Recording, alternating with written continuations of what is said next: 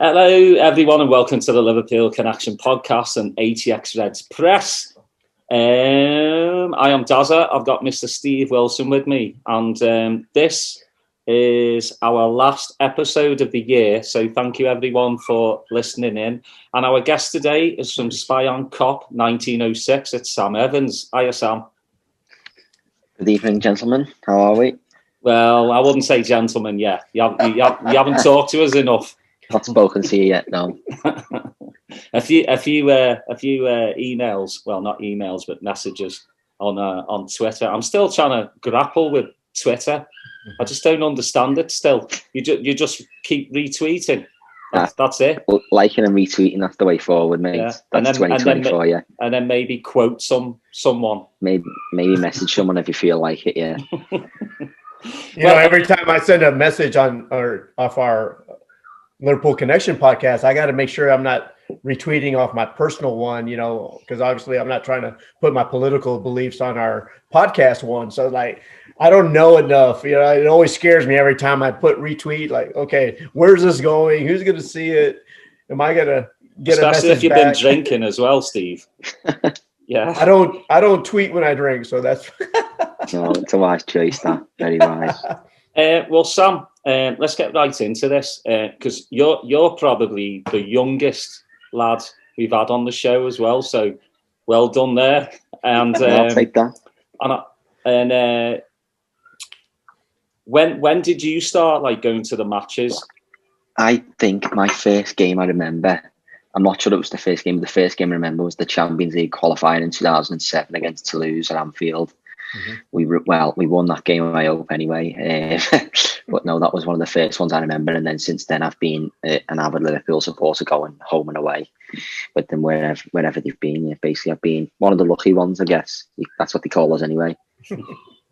Yeah, we're going to get into that in a little while because I need to ask you how it was to go back into the ground. Steve, I'm going to let you go with this.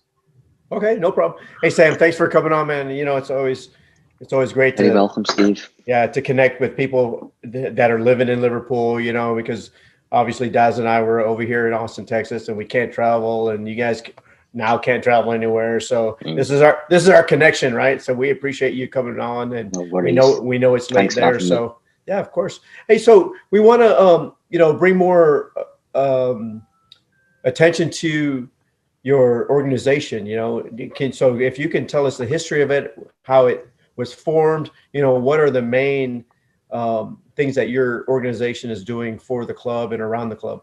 Yeah. So basically it's literally just a bunch of lads about 7 or 8 years ago. And we decided one day, the atmosphere is not as what it should be at Anfield, I think, almost. And we got together and literally put a few ideas. I think it was this was before my time actually, but it's been passed on to me. But I think it was Notts County in the League Cup 2013-14, and it was just literally a simple 1906 across the Kop, 1906 Spion Kop, and then from then we took off. We're on all sorts of social media. We sell our merchandise with all funds going towards the flags and helping towards our displays for future games. So, yeah, literally just a bunch of like-minded lads and girls who've all got the same ideas and beliefs and want to get behind the team and help them the best way they can. We've had Peter Carney on our show before. Obviously, he's a big presence there doing banners and things. Do you guys work together with Peter? Yeah. So Peter's on the other side of the Kop, but it's not like a religious thing where we've got one side and the other. Peter helps us when we need him, and we help Peter when he needs us. It's good to have that relationship, I think, with someone, especially as like-minded as Peter, definitely, yeah. Mm-hmm. It's one of the great things I like about our podcast is that to prepare, we're always reading up. We're always recommended books to read. We're meeting all these people that are giving us different perspectives. And one of the things that I learned today is that, and I don't think, maybe a lot of people don't know that there's numerous Kops around in England, right? That the Kop that we have at Anfield isn't the only one. It wasn't the first one. So if you can share some of that history with our viewers and listeners. Well, as far as I know, the Kop was formed. Well, the Battle of the Spion Kop was 1906. That's what we're based on. But Liverpool, I don't think they named the Kop or got the Kop a lot later on to that. And then other football teams maybe followed suit or was before, and I'm not quite sure. But you see other teams around the country have got their own cop almost, I think, and it's a good sign to have, like, as they say, like, being flat is the best form. I think definitely if people, looking down on you and thinking that trying to represent the cop, and I think that's definitely one of the most flattering things for us, especially Liverpool fans or Liverpool fans, is that other teams will have this idea of a cop and try and recreate it almost wherever that may be around the country and around the world. I think definitely. Yeah, it seems like a lot of people, I know for Liverpool fans, that they think the cop is this singular thing that it only happens at Anfield. But as like we just mentioned, there's been numerous cops around, and I think it was more synonymous with the standing tiers, or terraces, where you're going up and it's a single kind of entity that everybody's watching the games. And now it's pretty ubiquitous, right, that the cop is known for Anfield. And definitely, yeah. And I know Daz has been able to watch games at the Kop. I've been fortunate enough to see a couple games from there. And can you kind of like give us some perspective of where you sit during matches and how that is? So I think I sit about my seats, row 27, seat 96, block 105, and I've sat there since I was about 11. Me and my granddad sit there. They've got 2 season tickets. So I think for a young lad growing up and still my age now, I consider myself one of the luckiest people in that ground to be on one of the most, famous stands, and being lucky to do that from a young age, right in the middle of the Kop.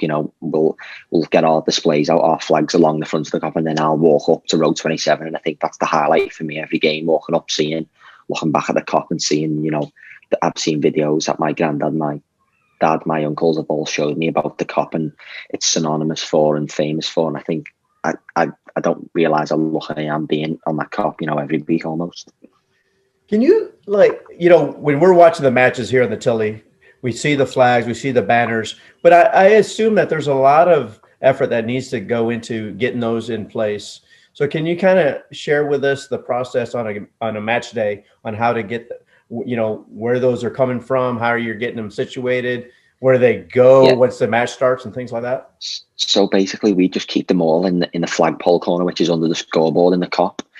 And we have the same, not volunteers almost. We just consider them people like us. As not as that sounds, it's not a political movement, and it's just a bunch of mates. So we have the same faces, sometimes new, which is good. We advertise it on social media to say, get down if it's a big game, get down to the corner of the Kop 45 minutes before. So we've had past experiences in semi-finals of having flags go with half an hour still to go before kick-off. The team ran out and the Kop's full, but we just give them to people who want to help us, really. That's the most important thing, and they go wherever they feel most comfortable and then bring them back towards us after you never walk alone. And if we've got a display, we'll usually use that corner from the goal along to the flagpole corner, which represents us. I think definitely that's where most of our displays have been there anyway.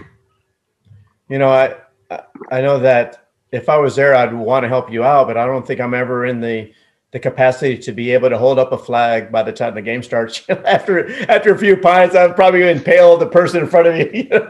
Well, we've all been there. I'm not the biggest now, as people know, people who are listening anyway, but it's all about, when it's about the size of the flag, it's just contributing yourself anyway. Definitely that's the most important thing for us anyway, During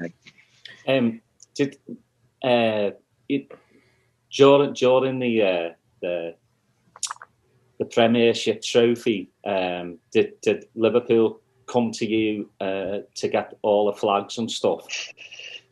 I'm not sure. One of the lads who's if he doesn't mind me saying his name, Max, is a big help to us. He gets in contact with the club, and I think they came to us initially and said, you're a big part of us. It was not just us, but Peter Carney, like you were saying, another group. So we had the left side of the Kop, they had the right. So we went in. I think we played Crystal Palace on the Wednesday. We went in the Monday. The week, little do we know we were going to win it that week. Put the flags up the Monday, laid them all out. And then for the Chelsea game, which they were going to win it, they took all the seats down in the Kop where they were going to lift the trophy. I'm like, we want your flag here. So we had the Spion Kop 1906 flag right in front of the where the trophy parade was going to happen, basically. So that was pretty surreal, having your banner there, just because we couldn't be there, having a party, almost being there was definitely an experience I don't think I'll ever forget now. You mentioned that this organization really started about 7 years ago, right? So obviously that was the Brendan Rodgers era. And it doesn't seem like there would be much motivation that would need for the organization now that, you know, Jurgen Klopp is there. But, you know, people will go back to where Brendan was there. It was a different atmosphere when we were losing, you know, people would leave the stands, and, you know, and I know that was one of the things that, you know, Jurgen Klopp worked on as soon as he got to the club, that, hey, stay with us the whole game. Right. Mm-hmm. And I'm sure that's probably some of the motivation of your group too, to really create that atmosphere where people aren't, you know, wanting to leave before the game, and, you know, before you never walk alone at the end of the match and things like that. I think, yeah. Well, 7 years ago, like you were saying, under Rodgers, it was a little bit before. I was still going the match, but I wasn't as heavily involved in 1906. But I remember seeing the lads coming along, and I think it's like, as now, when we're fortunate, you know, we haven't lost a home game in 65 games, I think it is, in the league, something like that. So, but that 13-14 season was the start of building a collective almost, to get behind the players, to, you know, try and get them over that line for the league, which we unfortunately didn't do in the end, but we had a good go, you know. Mm-hmm.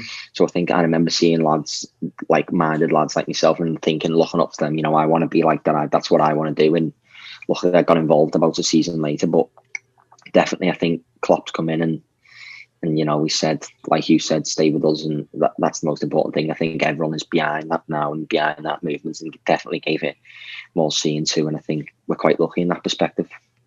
Now, do you guys have are you able to bring your flags to away matches or to European nights? Yeah, so I think one of the best things I've ever done in my life, nothing to do with football, was taking the flags to the European Cup final in 2019. I missed out in Kiev, but I think a few lads took them over. But we have a 1906 flag, not one of the biggest that we take everywhere with us anyway, but for the Madrid final, to get the flags over that are in the ground every week on the poles. And then we had them all out before kickoff. And then it was, I can't describe it honestly, but when the Tottenham team come out and then the Liverpool team run towards our end and everyone's got the flags up, it's one of the best pictures I've ever seen. I literally was lost for words. It was like something out of a film, like 300 or something, just 11 men running towards one goal with 50 flags. It was literally unbelievable. I can't describe it, honestly. So it's your fault we lost to Kiev because you didn't go to Kiev? Basically, if you want to say that, yeah. You know. I didn't go either, so I guess I'm at fault. Oh, yeah, it's you as well, Steve. It's you as well, and me as well, so yeah. Yeah, all three. All three. We don't want hate mail, please. Yeah, no, thank you. So let's get to the best part, because you're one of the lucky ones, the 2000 that actually was able to go back into the ground. How did that feel, just like winning the lottery? Well, obviously I was unlucky to not get one for the Wolves game, but I thought, you know what, I'd take any game. I think any of us would be lucky at this moment in time. But to get one for Tottenham, I think, which was with the biggest game of the season at that point, you know, first against second, Klopp against Mourinho, and to do it with my granddad and my stepdad got a ticket, all three of us to get a ticket, row 5, row 6, row 7 of the Kop. You're not going to get much better than that, are you? Especially the circumstances we've gone through. So I'm a lucky lad anyway. I've been everywhere and seen Liverpool win everywhere, but for that, I think especially was pretty special. I don't think it's sunk in yet, to be honest. It was only Wednesday, but looking back on it, it's pretty special now, definitely, yeah. Yeah, it just looks like, you know, there was more than 2,000 people in there, you know. It just felt unbelievable, you know, when I think it was the first time I'd seen them come out. So before the team were coming out, everyone's singing "Bring on the Champions," and then the goalies come out and the whole team come out. It was just unbelievable. It's a moment I've waited for my whole life, to see the champions, you know, walk out to Anfield, whether that made me with a full ground or 2,000 or 1,500, whatever. It was pretty surreal. Did you get a little emotional? I'm not one to say this, but I did. Yeah, I was a bit too engulfed in the moment when they walked out. But I think when walk-on started playing, you know, you see your flags around the ground, thinking, God, we haven't been here for 9 months. The last game we got knocked out the Champions League. We've been champions since then. If it's what we've worked for so long, I think definitely, yeah, it did. Yeah, it's along the heartstrings, as they say. Yeah, we had our mate Jeff Golding. He went to the Wolves match and he just said there wasn't a dry eye. I can imagine, mate. In the house, you know. I don't remember much of it watching it out, but there wasn't a dry eye in that pub as well, put it that way. Yeah, it just seems like, you know, I think people needed this, You know, it's been an absolute shit year, you know, for the last 10 months. You know, people have lost their family members. Not being able to see family members is a big one as well. I think just getting that relief of going to see 11 men literally kick a ball down the pitch is some people's escape, unfortunately, in life. That's some people, it's the only thing they've got to look forward to, I think. So I think it helped a lot of people in a lot of different ways. You know, we had Jamie Webster on last week, and you know, one of the things that we talked about is that, you know, for people that have been going to the games year after year, game after game, you know, they just take for granted that they're afforded this luxury. And I think that's kind of, this situation has really reset everybody's perspective, right? Because, you know, I've been very fortunate to go there, but there's thousands of fans here in the United States and around the world that have never been to Anfield, and they will probably never get there. So I think it has really brought back the type of mindset that's like, hey, I'm one of the 2,000, but I'm also representing hundreds of thousands of fans around the world, right? I think that definitely, you know, people like me, I'm not going to lie myself, I've taken going the game for granted for a while. You know, it's midweek Wednesday, I can't be bothered in this and that. But like you said, there's hundreds of thousands of people around the world who aren't lucky to get near it. So I think you've got to count yourself lucky, definitely. But like you were saying, because there was 1,500 people there, I think it represented a lot more and a lot more people. And that's what we stand for, I think, as a collective. And that's one of the best things for me anyway. Mm-hmm.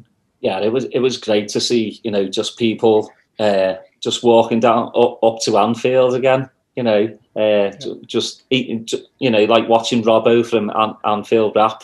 You know, he did his little story, and it made me, you know, kind of tear up as well. And I was just like, because I used to be a season ticket holder as well. I mean, you know, way back when my granddad used to take me, and just watching people go back in the stadium just brought back so many like really good memories.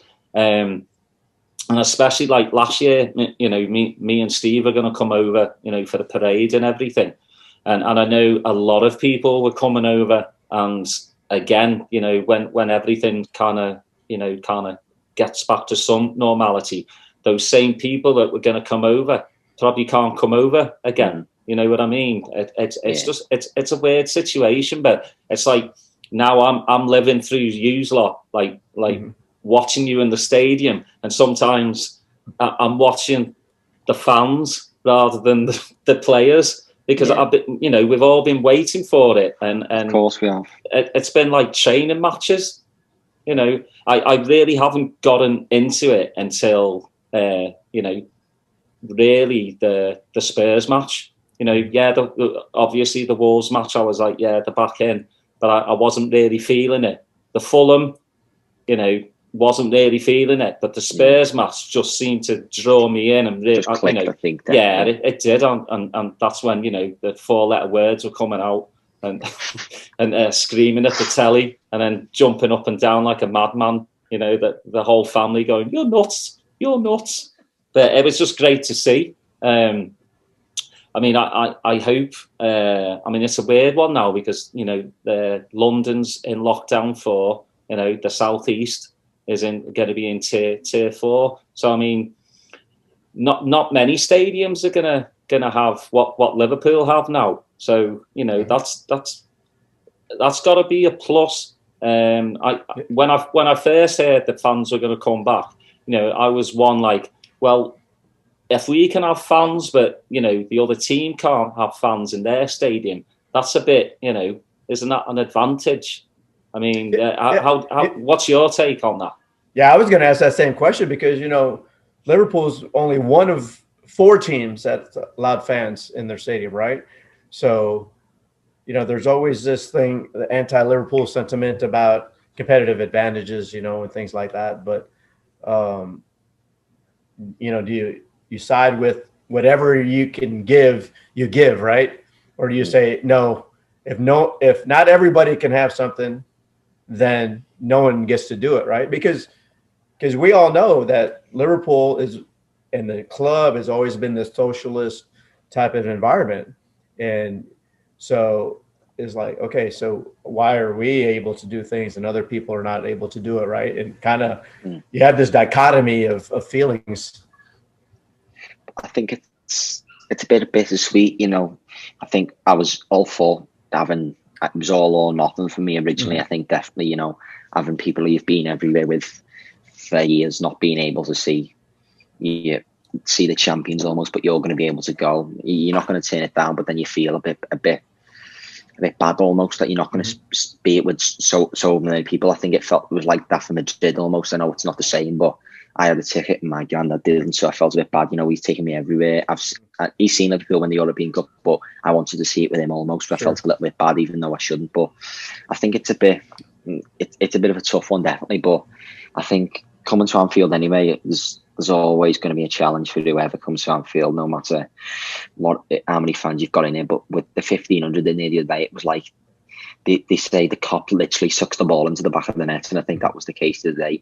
In the dying minutes, I think that gives Liverpool the edge almost. It gives, you've seen the players, you know, looking at the Kop saying, "Come on, let's have a go here," with 10 minutes to go. So I think it definitely gives us some sort of advantage anyway. Well, I mean, you see Firmino run the whole pitch, right, to go down towards the Kop and just salute the fans that were there, and it was just like watching it on the telly. You're like, you know, this is what it's about. I think Firmino symbolised every single Liverpool fan around the globe thinking, right, I've waited this long for this. I'm going to go and celebrate with my people. He was pointing at himself, pointing at the Kop. And I think that just sums up Firmino and sums up everyone, I think, the way everyone was feeling. So that's the fastest he ran all match. Yeah, the fastest he ran for about 9 months, mate, I'll tell you that. He was saving himself for today's match or yesterday's match, yeah. Yeah, I'll give him that one. Hey, you know, I mean, it kind of sounds cliche, but you know what you guys do there at the Kop, you know, with the flags and the banners, for us that are watching it, it means a lot to us. And we said the same thing to Peter Carney, that the efforts that you guys put these banners out to make a great atmosphere, you know, it's not lost on us watching it. You know, we all wish that we could be there, but we can't. So we look forward to, your organization and the other ones that are just putting all the tifos out there and the banners and flags. And it's like, this is why people want to watch Liverpool. That's why the networks change the times of the games to ungodly hours, or, you know, reduce our recovery time, because people want to see Liverpool. And I think a lot of it has to do with the atmosphere that's being created, you know, at Anfield with you guys putting the stuff out there.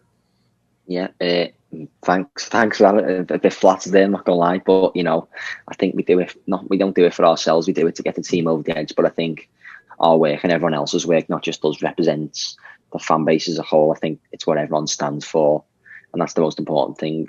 We don't do it for the players' recognition, even though it is nice to get a bit every now and then. But I think it definitely stands for everyone as a whole and what Liverpool stand for, and it is nice to see other people, you know, recognising it and getting behind it. That's the main thing, definitely. Yeah, I don't think people really realise, you know, how much goes into actually, you know, making the banners. Like, Peter Carney, like, told us it could take 1 day, or it could take him 2-3 months to do it. So a lot of heart and soul goes into it. I also wanted to ask you, because we know Mark McVeigh, you know, Owen McVeigh Foundation. Yeah. It's a good friend of mine, Mark. He's sound, and man, unbelievable fella. Yeah, I mean, the amount he gives, you know, and unbelievable fella. Yeah, I can't believe Jamie's just moved across the road from him. Mad that, isn't it? But you know, Mark obviously lost his son Owen, and then came to one of the lads at 1906 and was like, "What can you do?"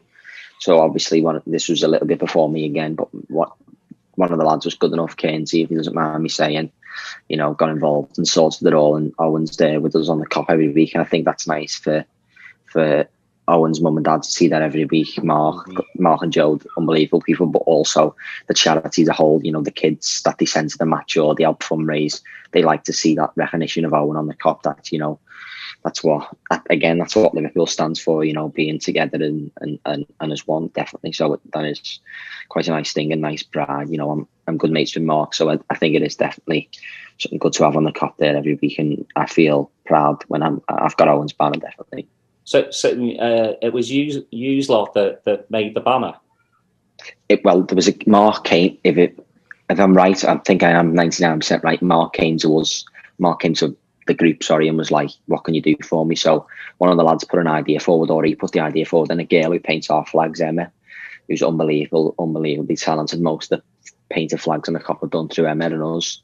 Emma painted, knocked it up, and then that was 2016, I think, before the League Cup semi-final against Stoke. And then from there, it's just been in that corner of the cup for every game since, on T-shirts and badges you see. So, yeah, I think that would have been a nice feeling for Mark and Joe to see that on the cup every week anyway. And Emma definitely seeing that after what she created anyway. Well, I was talking to him, and he didn't know what Liverpool were going to do. When they lifted the trophy, you know, he said he was just gobsmacked by, you know, what they actually did with the 3D. There was a hologram on the pitch, wasn't it? Well, I wasn't with Mark at the time. I was watching it out with a couple of mates, and then to see that, and to see our flag, and then to see Owen's, most importantly, not even as a flag, but on the pitch as they were lifting it, was pretty surreal, and I felt amazing for Mark and Joe. You know, to see the foundation and what they work for every day in Owen's name was pretty special. I think not just for me, but for them too. Anyway. Yeah, the Owen's legacy will you know, keep going on and on and on. Definitely. So For a long time. The foundation as well. That's what I love about the spirit of like the Liverpool fans is, you know, they all kind of know each other. You know, spirit of Shankly lads and lasses as well. You know, Spion Kop, the lift crew, Mike Nevin and everything. They all work as one. You know, Andy Knott as well, who does the mosaics as well. But that's what I love about the fans. You know, there's no like, you know, I'm bigger than thou and you lot. They just all work together, and that just shows. Like that's one big thing I miss about, you know, going to Anfield. It is that camaraderie that everybody has. You know, there's just like, you know, if you see someone, you might not see him for like a year, but then when you talk to him, it's like you hit straight. Yeah, exactly. So it's nice to think not just that, but, you know, going everywhere and seeing the same faces.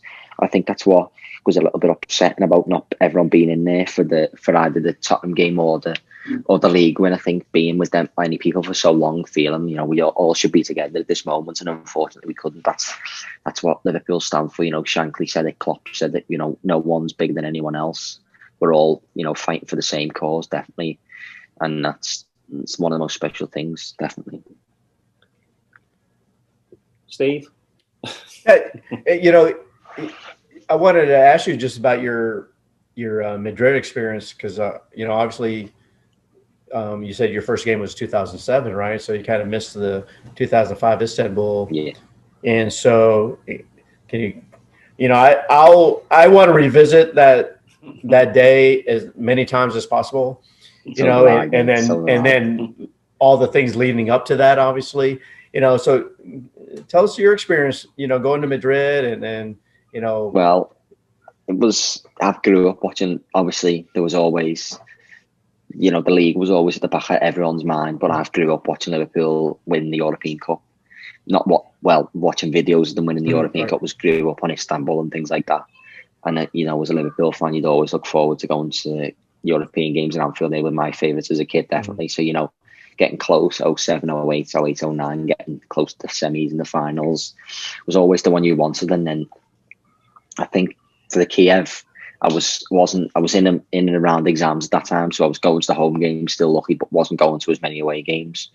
And then I missed out. I got a ticket for the final, but missed out with my flight being cancelled last minute, coming out to a maths exam. So I think, as bad as it sounds, I think it was right that I didn't go that year, definitely. I don't think I deserved to go that year anyway. There was a few Reds who missed out, undeservedly so, but I don't think I deserved to go that year. So it all fell in place perfectly for the next year. You know, I went to the Paris, PSG away, Bayern Munich, Porto, Barcelona. So it all fell into place, definitely. And, you know, the whole weekend was, as soon as we took off from Manchester, it was like, I think this is our weekend. I'm going to remember this one for a while. So it was a pretty surreal experience, you know, all your dreams come to fruition almost, as seeing your team lift the European Cup. Not many people can say that. You know, I'm sorry, Daz. I was just going to follow up with that and say, yeah, go ahead. You went to the Barcelona away match, right? You know, leaving that down 3-0 and then coming back home. He's, you know, like, it had to have been kind of a weird feeling for you. It was, because it was that week when we thought we're not going to get the league now as well. Right, City are not going to slip up, so we're going to fall short again by the looks of it at the end. But there was always something in back of everyone's mind. It's not over yet. They've got to come to Anfield. That's what they were thinking at the same time, I think, and that's what I was thinking when I put a Origi 4-0 on in the bookies as well. So I'll take that all day. I did 175 to 1. What? Nice. All right, beers are on Sam when we go over. It did me. It paid for the Madrid anyway, so that was the main thing. But no, I felt it was a bit surreal. You know, we played. I think lucky man indeed. We played so well in the new camp as well. I don't think we hit the post twice, and we just couldn't. We'd be there now, and we wouldn't score. I don't think, but it all fell into place, and it was never going to be over all that easy for Barcelona when it came to Anfield. Doesn't matter who was injured or what happened. I woke up that morning thinking, it's not over now. No way. Well, I mean, we played really, really well, like you said, in Barcelona. There was enough there to believe, you know. Of course there was. Yeah. And I think stuff started to go in place, like, you know, Robbo doing the old Messi on his head, just got into Messi's literally head. You know, things like that, yeah. On the crowd, but also, you know, maybe Robbo getting a slight injury and Genie was just chopping at the bits, you know, because he was pissed off that he wasn't in the team, and I think that gave him, you know, a little kick up the arse almost. Yeah, exactly. I was just, because I'll tell this story all the time. I was actually on my way back home. I went to the pub to watch the match, and my flight was like about an hour and a half after the match, and I was pissed. So like, I mean, pissed up. And when that second goal went in, I knew it. I just, you know, I just knew it. You know, the vibe at the match must have been like, you know, if there was a roof, it would have come off. Well, that's when I knew I couldn't take you to the airport. I was good. We were both at the pub. Like, I'll drive you to the airport. Okay, never mind. I'm not going to drive you to the airport. That's like, I want to actually get there. That's right. But thank God the plane was delayed. But yeah, it you know, the buzz that must have been coming from Anfield that night, just because, you know, we've talked to George Sefton, and everyone tells us, you know, throughout Liverpool's history, you know, Dortmund, you know, Saint Etienne matches were amazing, but the Barcelona one is the one that just tops everything. And listening to George as well, because he's been there for 100 years. You know, and the rest. Yeah. So hearing it from him, you're just like, man, it must have been like mad. I think it was a bit surreal because, you know, my dad would have had Istanbul, Garcia, and my granddad had Saint Etienne, so they've always brought me up on them stories, and I think this was mine. What I'll tell my grandkids, definitely. So that was special, but I don't think that's going to be topped for a long time or ever. Not, you know, like you said, if there was a roof, it would have come off the place anyway. Definitely, it was. Salah didn't play, Robertson come off at half time, and we were still only 1-0 up at half time till about the 60th minute. So it was a bit, Anfield was a bit flat, and then when the second went in, like snapped, and then I think Barcelona shit themselves basically in one way or another. Game over. But, you know, but that's a good point because, like, you know, you have 2019, 2005, and you go back to the 80s, and it has to be a good feeling to be able to share those memories with your with your parents, your grandparents. Now you all have something that is in common, because we've mentioned this many times before, is that 30 years of hurt is like, we won other trophies, but now the generation now can share a Premier League title, or a first, whatever you want to say, the champions, with the teams from the 80s and from that generation. Now you're bringing those together, and now you can swap stories, and like, here's these and this. I think it's just galvanized the team and the history, to bring both those generations together, right? I think definitely, because without the European Cups, Liverpool, but as Shankly said, the league's your bread and butter. So Liverpool were always brought up on winning the league. It was always the league for the most important, and then Europeans. But then, going for so long, it wasn't just my generation; it was my cousins and uncles and things like that, who were a little bit younger than my dad almost. They're not seeing it, so I think it was special for me to being gone with them for so long and being with them when it happened. It was pretty surreal, for both to see us for the first time, and definitely, grandparents and older folks have talked about the league for years, and seeing when Shankly came in and he won it, and then the last one in 1990, I think that was definitely a big moment. I know you're like me. I'm sure you heard it, from your granddad, just like I did growing up. We won this and we won that, and I'm just like, shut up. Just one of them, innit? Just another trophy. There wasn't. I mean, I'm old enough because I was there, when we won it 30 years ago. So I've got my little story there. But my granddad was going since the 40s, and he would just keep going on and on and on. And I loved his stories, but there was nothing for me to come really compare. And I no way did I think it would take another 30 years to win this league. I mean, we've been so close, the last 4 or 5 seasons, and I was getting to the point where I was like, is it going to happen? Exactly. I think everyone felt the same, didn't they?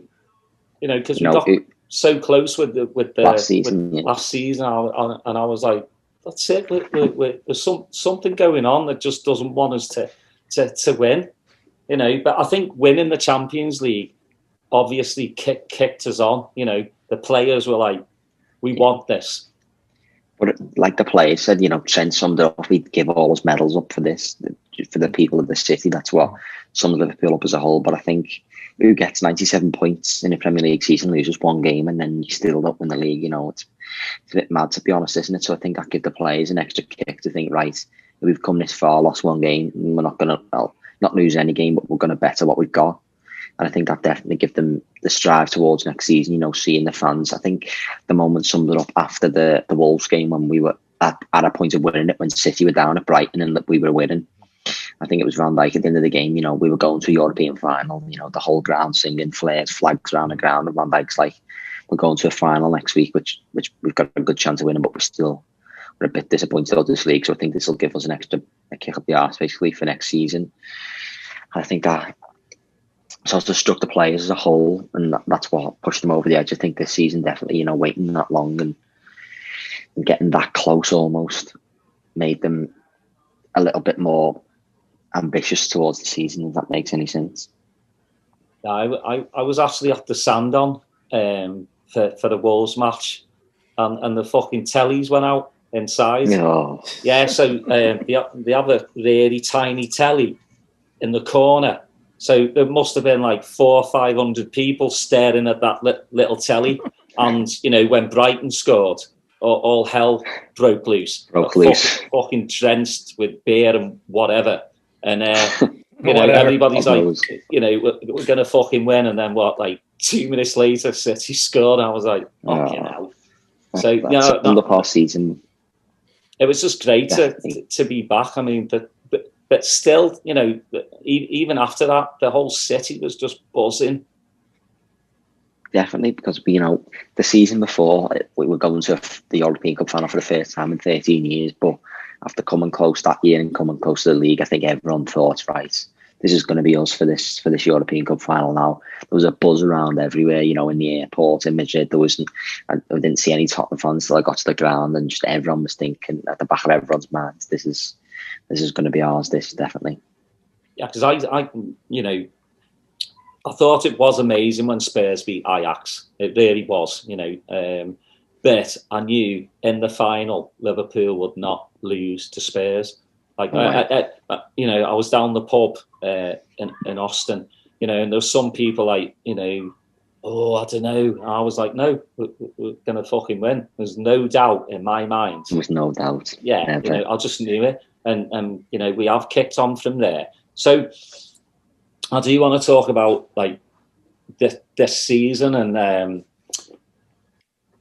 you can't write off City. No chance. No way. You know, they're not really playing great, but they're still getting wins. You know, Spurs to me, I would call them like the dark horse. Do I think they're like, you know, title challengers? No, I don't, because I don't see any other team like, you know, Jose starts talking crap about like, you know, Virgil van Dijk is probably the only, you know, real injured Liverpool player. I can't imagine another team that has the amount of injuries we have and still, you know, still top of the league. No way they would crumble. It's unbelievable. I mean, all you got to do is look at City last year, right? Where they lost Laporte, and they, you know, they weren't able to handle it. You know, just because of the way their transfers didn't. The squad that they've got, I think Man City compared to everyone else is ridiculous, but I think it's all down to one man, and that's Jurgen Klopp. We've got to thank for that. You know, other seasons teams would have crumbled, but you'd take going into Christmas, you know, playing City, Chelsea, Arsenal, Everton, and Tottenham, and being top of the league. You know, with the best centre half in the world, arguably one of the best midfielders in the world injured. You've had every other player out, bar one or two maybe, and you're still top of the league. So I think you take that all in. That's come with character over the other years that Klopp's been in, especially last season or the season before, that being top of both Christmases. I think you've got a lot to thank for him, definitely.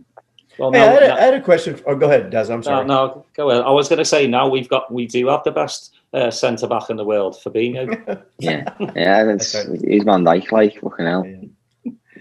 No, my question was, Sam, because there's only 2,000 people in the stands, and I know usually when you're there, you have a set process of getting these flags up. So how do you do that when not everybody that you're used to being there is there for the games?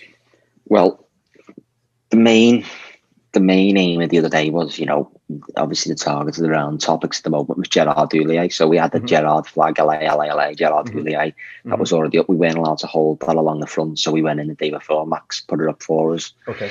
Good of him, of course, as always. So we had that in main view. That was the main thing. And then it was just however many we could get, really, you know, of us in there or normal people to get the flags up. And I think we did pretty well considering only 1,500 people.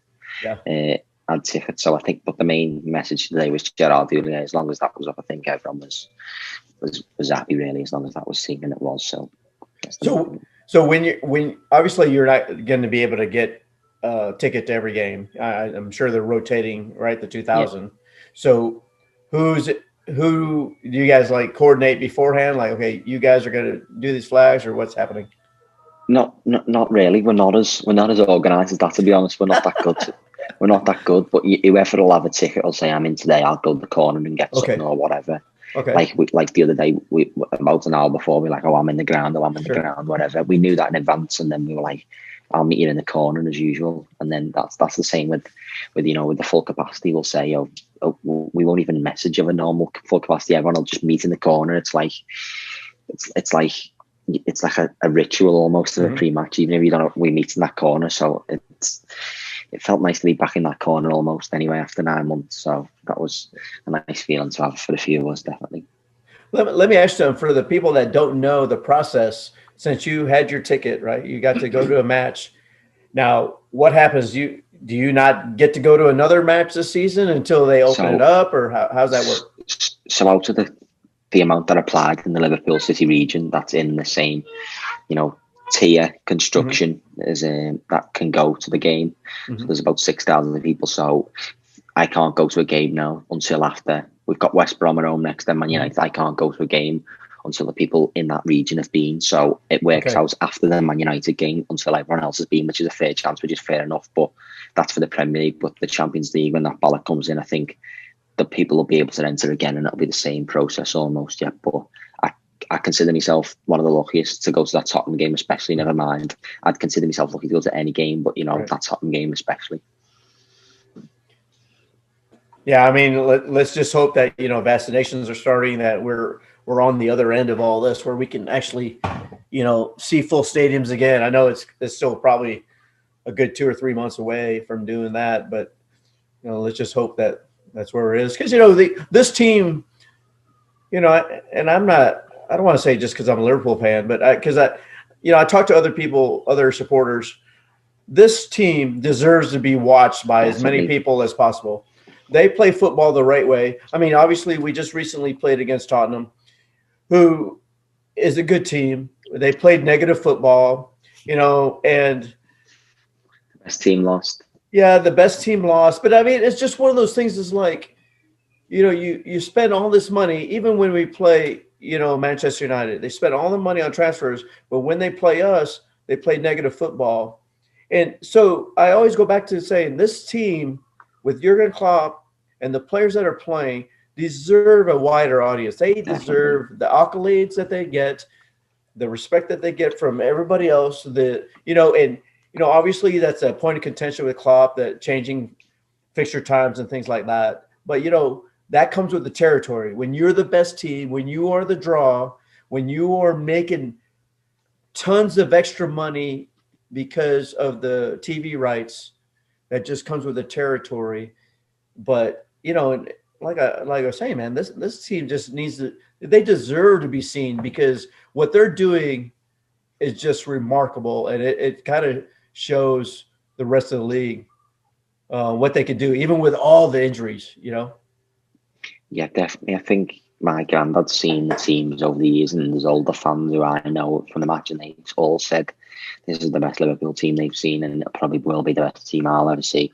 So I think we deserve to see them, and they deserve to see us. They deserve the plaudits that they're getting with the awards and the accolades and the trophies. But as someone once said, Jock Stein, I think it was, football without fans, absolutely not, and they do it for us. That's what I like about so much about this group of players. They're doing it for us week in, week out. You can see their expressions now when they're back in the ground, or when we weren't back in the ground, or like previous times, for example. You can see what it means to them to do it for us. It's for us, and I think we all deserve, as much as everyone else does, to see this wonderful team. They deserve a massive parade. That's what they deserve. Yes, they do.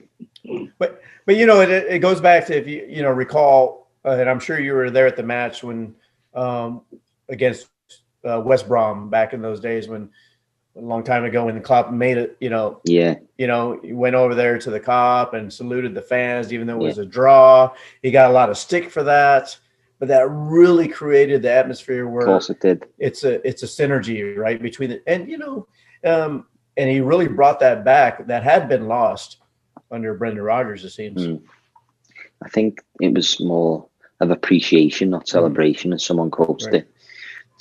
Klopp came in and was like, we're a collective, everyone stands for the same thing. So we had young lads on the pitch who were there's lads my age now playing for Liverpool, and there was at the time, to say you're as much of a part as this person is, whether it be Henderson or whoever was in the side, Coutinho at the time. You're as much as an influence as he is over there to this team, and we're all fighting for the same cause. And I think that's what definitely got the fans going. Almost, it put us on a little bit of a run, two cup finals that season, and then the season later to qualify for the Champions League for the first time in a while. So I think that definitely had an impact. Anyway, let me ask some. Obviously you're, like Daz alluded to before, you're kind of on the younger side of our guests that we've had, and so what does it mean to you to see a Curtis Jones and Trent Alexander-Arnold, Scousers that are, 19 years old, 22 years old, and winning things and playing for the. I mean, we all can't play professional football, right? But we're living vicariously through these people, and these players. And like, what does that mean to you being it's a there? bit of a mad.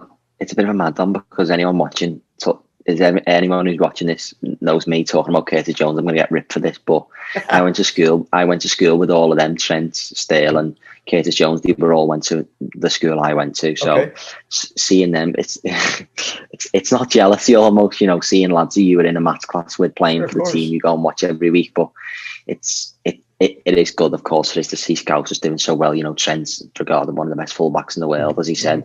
He's just a local lad living everyone's dream, being as good as he is, and it's nice to see Curtis Jones and people like Nico Williams, Reece Williams coming into the side.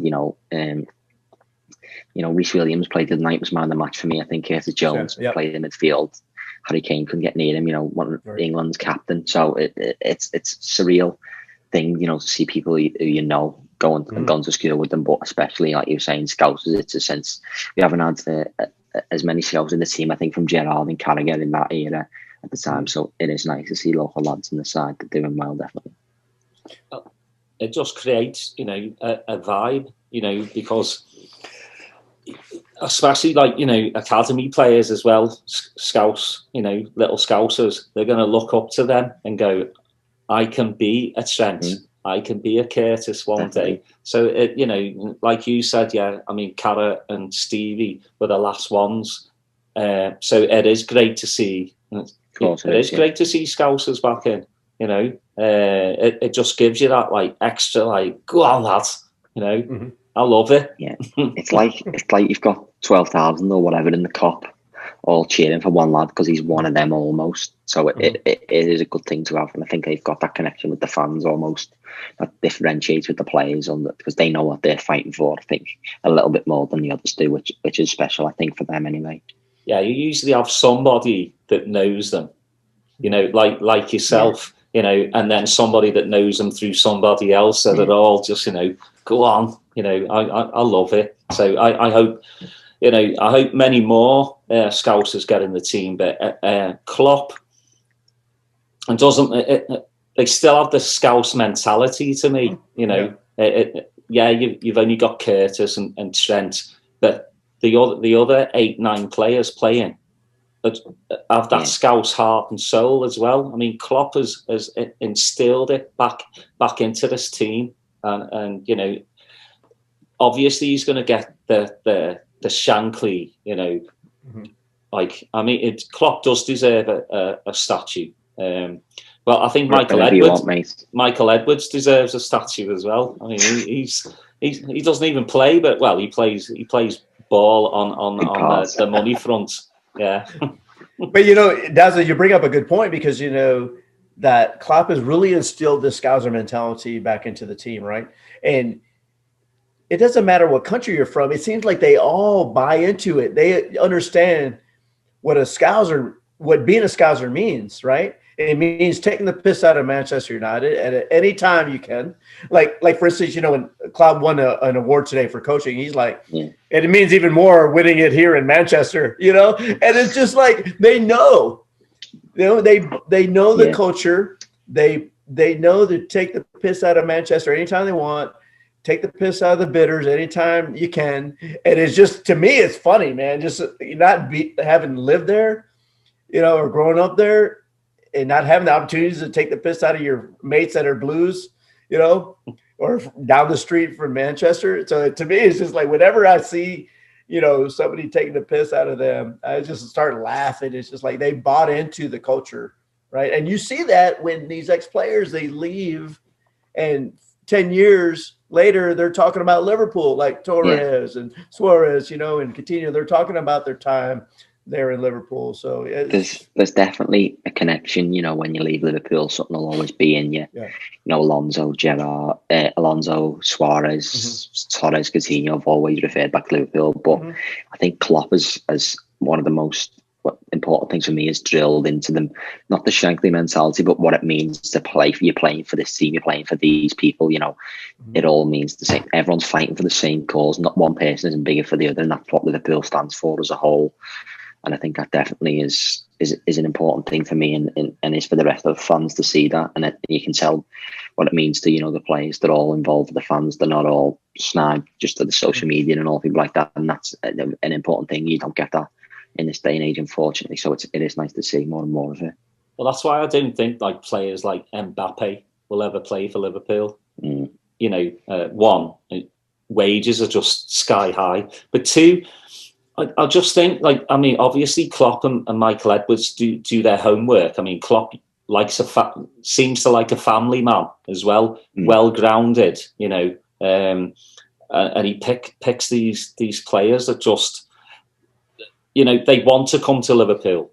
That's the great thing now. Like, Sam, like 10 years ago, we wouldn't get half the players that we have now wanting to play for Liverpool, but now I guarantee everyone wants to play for Klopp. Everyone wants to play for Klopp. You can see the players he's transformed.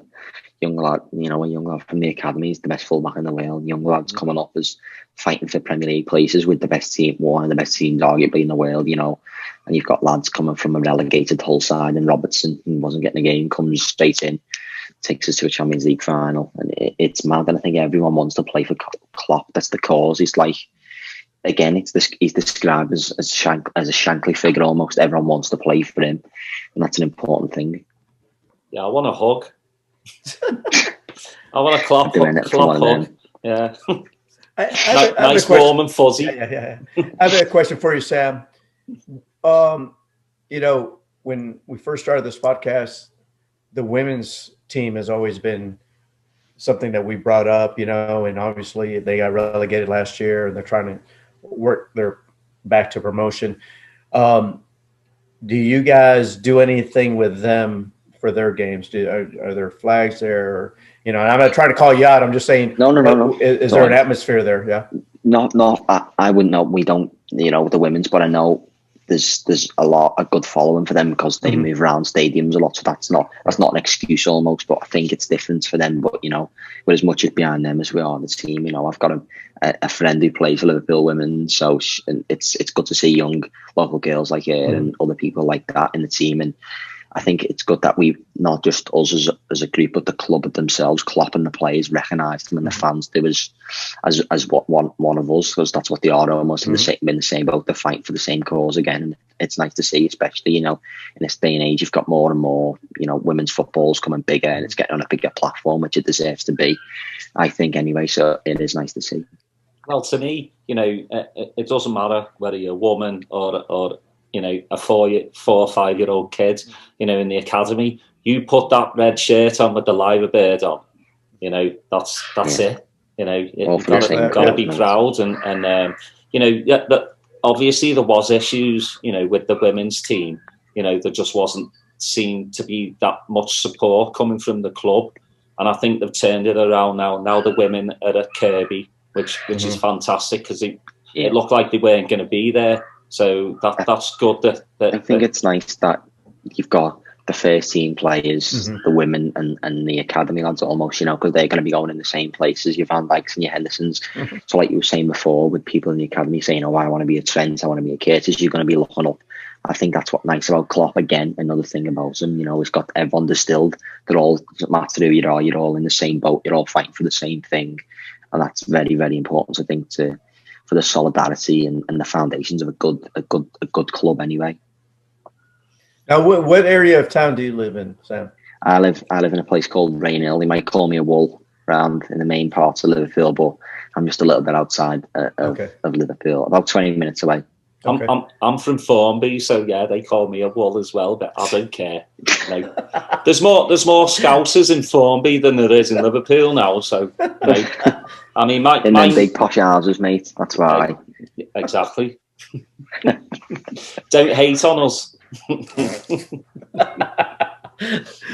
Yeah, don't hate on your gated community over there in Formby, so we'd be all right. It's not too gated. We just make the posh Reds, they call them. Yeah. Exactly. Yeah, my sister actually lives around the corner from Klopp. So when I go home, I just walk past his house like, all right, nice one. Give him a little thumbs up there. All right, Yanks. Yeah, come outside. I want a hug. Yeah, not Same. at 2 o'clock in the morning when I'm coming back pissed. he doesn't want that. But no way.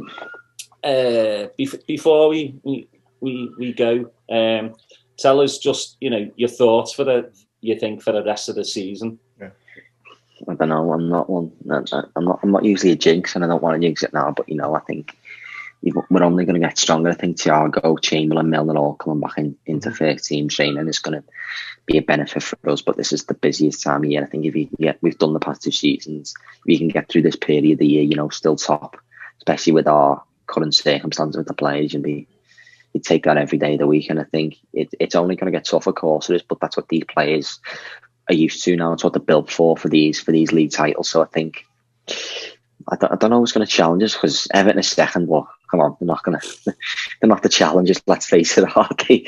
But I don't know. Leicester was supposed to be the challengers this time last year, and they got smoked on Boxing Day. So you never know. But I think we're only going to get stronger. That's the main thing. So I can touch wood.